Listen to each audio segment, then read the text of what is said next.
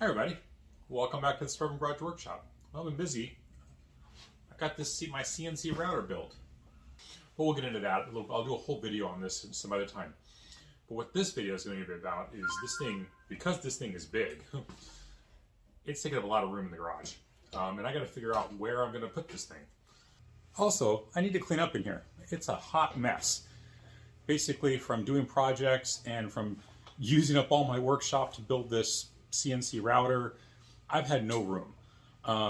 That's why I need to kind of rearrange in here as well. So you can see the size of the machine. The machine is fairly large, and it takes up most of my 6-foot by 3-foot assembly table. It's pulled a little bit away from the wall. I don't want to leave it here. I want this assembly table to be empty because I use it all the time. Now in the back here, I've got two 2-foot by 4-foot workbenches. I've got a blast cabinet and my saw and a drill press and just some other storage. This is kind of in a weird area where it's kind of dead space in some ways because it's so closed off. So I think what I'm going to do is concentrate on this. So this big metal cabinet is where I keep all my fasteners, and it works great. But it's tall, and it's on top of this bottom one where I've got more storage. But this is a great work surface, which I could probably reuse if I can move this somewhere. So I think my plan is I'm going to take, this is 3 separate chests. So what I'm going to do is take 2 of those storage boxes and I'm going to put them here on my toolbox. So this is my toolbox that I keep all my tools in, as far as, screwdrivers and wrenches and things of that nature. Not necessarily woodworking tools, but all my general tools, stuff I use to work on the car, for example. Part bins are going to go here, and all these chests are just going to move up. And therefore, that's going to free up that entire area. Now, that still leaves me one set of bins that I have to move somewhere. And I think I got a plan for that, but I'll talk about that later. In the meantime, I'm going to go ahead and get some of this stuff moved out of the way. I'm going to cut up that plywood, and we're going to start moving stuff over. So part of this rearranging of moving these cabinets is going to free up all the wall space behind them, which is going to allow me to put more French cleats up, which is going to allow me to put more stuff on the walls, which means a lot more stuff's coming up off the ground, which means you have a lot less stuff to trip over. So the first thing I'm going to do is start putting stuff away, kind of getting all the clutter that's piled up on these work chests. Get a few things put away, move some of the tools. I got my sander there I need to move out of the way, and then just kind of get it ready to go. And then finally I'm going to pull the toolboxes down and just kind of put them on the floor so I have some room to work. And then I'm going to go through and measure everything up and write down the measurements so I know what I need to cut the plywood to. Okay, so now you can see with all the top boxes removed, kind of how flat this is. But there is a lip where the side chest mount to this main chest. These lip is about, on the outside edges, is about 3/4 of an inch deep. So I'm going to basically create filler pieces that go in these trays that are 3/4 of an inch deep there much. And I'm just kind of getting it as flat as I possibly can. I might need to shim it here and there, but whatever. So I'll cut 3 separate pieces in here to fill these spots. One piece that I'm going to remove is that there's a back piece that came on this cabinet that, you put screwdrivers and stuff in. I've never used it. So that's going to come off because it raises up a little higher than I need to. So I'm going to take a die grinder with a cutoff wheel, and I'm simply just going to cut off the rivets and pull it apart. With that removed, I'll give it a quick cleanup, and then we're on to basically cutting the plywood and set it into those trays. Okay, here you see I've got all the plywood cut and in place, but I still need to shim the actual 2 end cabinets. They are sitting a little bit lower than the middle piece. The difference between these two was about 1/8 of an inch. So I actually cut some 1/8 inch plywood down to little strips. I'm going to use these basically as just shims to bring the side pieces up. That way the top's pretty much level, or level as it needs to be. So that's what I'm going to do right now. Okay, with the shims in place now, it's fairly level. I mean, it's level enough for these cabinets to go on and not to rock back and forth. So next, I wasn't going to paint these cabinets. I was just going to move them over. But looking at them, and they're going to look like, frankly, they're going to look like hell just sitting here unless I paint them. So I think I'm going to paint these cabinets black to match the toolbox. That way they all blend in, as well as I'm going to go ahead and paint this plywood. So the next thing I'm going to do is I'm going to get out some black paint, and I'm going to paint these. On the actual plywood, I'm going to use some black paint. It's the same paint I've used to paint my French cleat walls with. I figured this latex paint actually paints over plywood a lot easier than spray paint with less coat, so I went ahead and did that.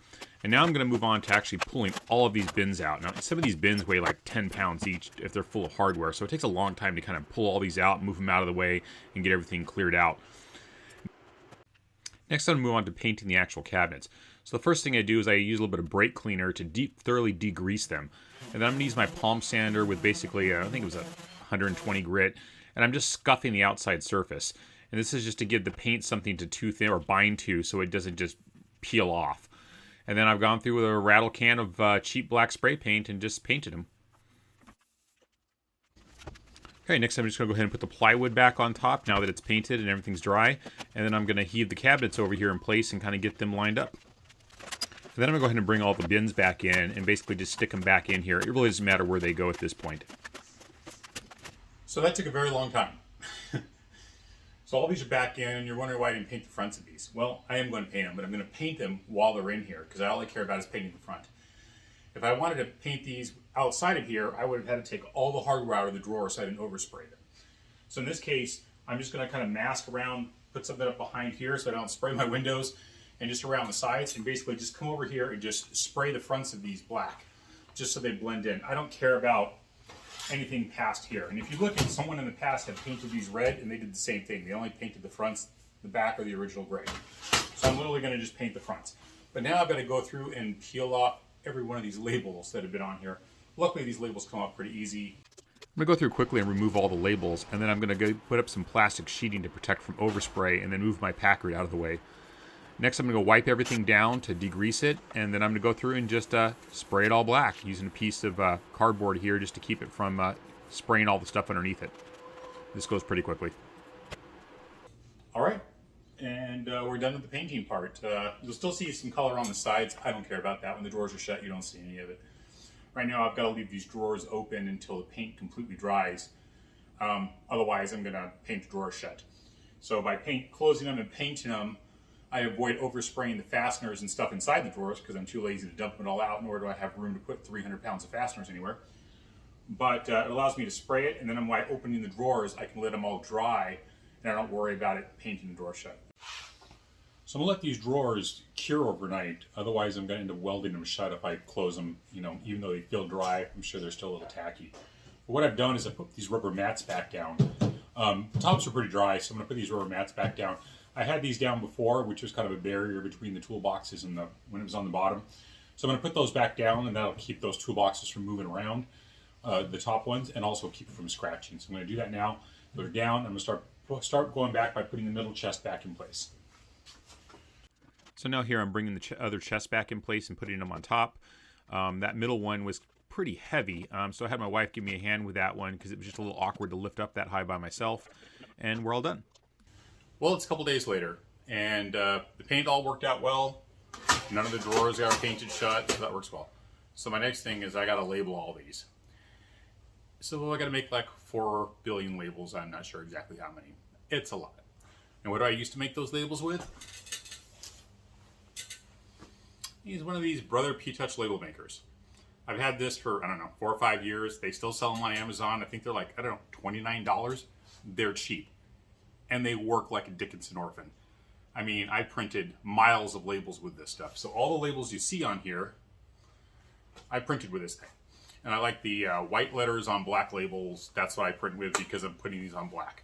But they sell labels in different kinds. You can buy clear labels with black lettering. You can buy clear labels with white lettering. You can buy white labels with black lettering. You get the idea. But if you want to label stuff, these work really well, and the labels don't fall off. Unlike those old, remember those old label makers with the punches and stuff? Those ones are horrible. These ones actually stick, but yet the labels remove clean when you do want to remove them. So now, I'm going to make all the labels for these. It's going to take a while.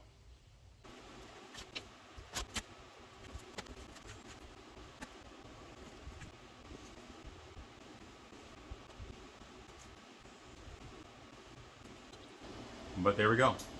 They're all labeled. These are great. So what these are, and I don't know if I've alluded to what these are exactly, these metal part bins are from a company called Lions. And they were made in Aurora, Illinois. I don't know, I think the company's still around. These are probably 30 or 40 years old. And I bought all 3 of these, those 3 that you saw over there. I bought all 3 of these off of Craigslist. And I think I spent, I don't know, 60 or 70 bucks for all of them. So a little over, 25 bucks each, 20 bucks each, whatever it was. And they're great, because if I open up any one of these, They're solid metal. You can remove the drawers, and they have all these inserts that you can move. So if you've got wider, or if you've got things that need more space or less space, you can just move these. And I've got a ton of these extra little dividers that have come with them. There's some things that I don't have any dividers in. So if you look at this small bolts, I've got these boxes of small bolts that I bought at Harbor Freight or whatever, and they just fit in here, and I pull the dividers right out, and I have all the dividers saved.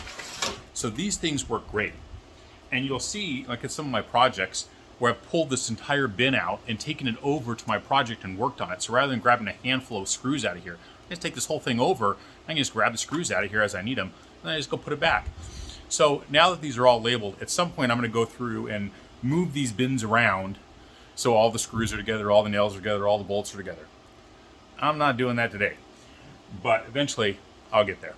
In the meantime, let's move on to the corner over here that's the hot mess. So here I'm going through and kind of moving that tool cabinet down, and then I'm going to start pulling stuff out of that corner and cleaning up the clutter and removing some ancient tile backer board that was here when we moved in the house. That's still back there. It's time for that to go bye-bye. And I'm just kind of cleaning up this corner. And once that's done, we'll be ready to start moving stuff around back there. So you can see I moved my CNC router into the corner. I moved all that stuff out. My blast cabinet that's here, well, it's currently on Marketplace for sale. I realized I have not used that blast cabinet in 3.5 years. I used it heavily when I was restoring the Packard. And I thought I'd use it more like to, to clean bolts and things of that nature. Well, I haven't. I haven't used it in 3 years. I haven't used it since we moved into this house, which was 3 years ago. So it's sitting there taking up valuable real estate. So I'm selling it. So that's gone. So where the cabinets were sitting, those bolt cabinets or hardware cabinets, this is where my saw is going to live now.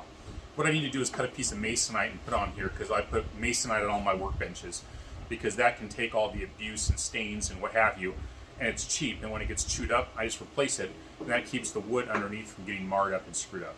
So I'm going to put another sheet of masonite on here. But this is a perfect place for my bandsaw to live. So you can see now that I've got that blast cabinet and the bandsaw out of this corner, this fits in here perfectly. Real perfectly, like it was made for this spot. Now what I'm going to do next is paint this wall. So I'm going to paint this wall black to match these walls, and then I'm going to French cleat these, and that is going to give me a ton more space. And then I can hang stuff on this dead space back here that would normally just be a blank wall. So in this project of rearranging, I'm getting all this wall space back that I didn't have before. As well as now I can put stuff on the wall back there behind the CNC machine that before was blocked by the bandsaw and that big blast cabinet. Anyway, I think this video segment's getting a little long. We're already about over 10 minutes, I think. So I'm going to conclude this as part 1, and I'm going to do a part 2. And part 2 is going to kind of finish out some of this. Who knows? See how far we get. So next part, we're going to French cleat this wall, and we're going to take all this crap off the wall, and I'm going to French cleat this entire wall as well. And I'm going to finish cleaning up the hot mess that's way over here. All this mess needs to be cleaned up. So if you want to watch me clean up some stuff and reorganize my tool shop and come up with some new ideas for some French cleat hangers and how I'm going to do the hose management for my CNC, stick around for part 2. That's coming up. I'll get it out here in about a week or so. If you're not a subscriber, click that subscribe button. If you like my style of videos, click like. If you don't, well then don't. It's up to you. Anyway, catch you next time. Get out of the garage and do something. Bye.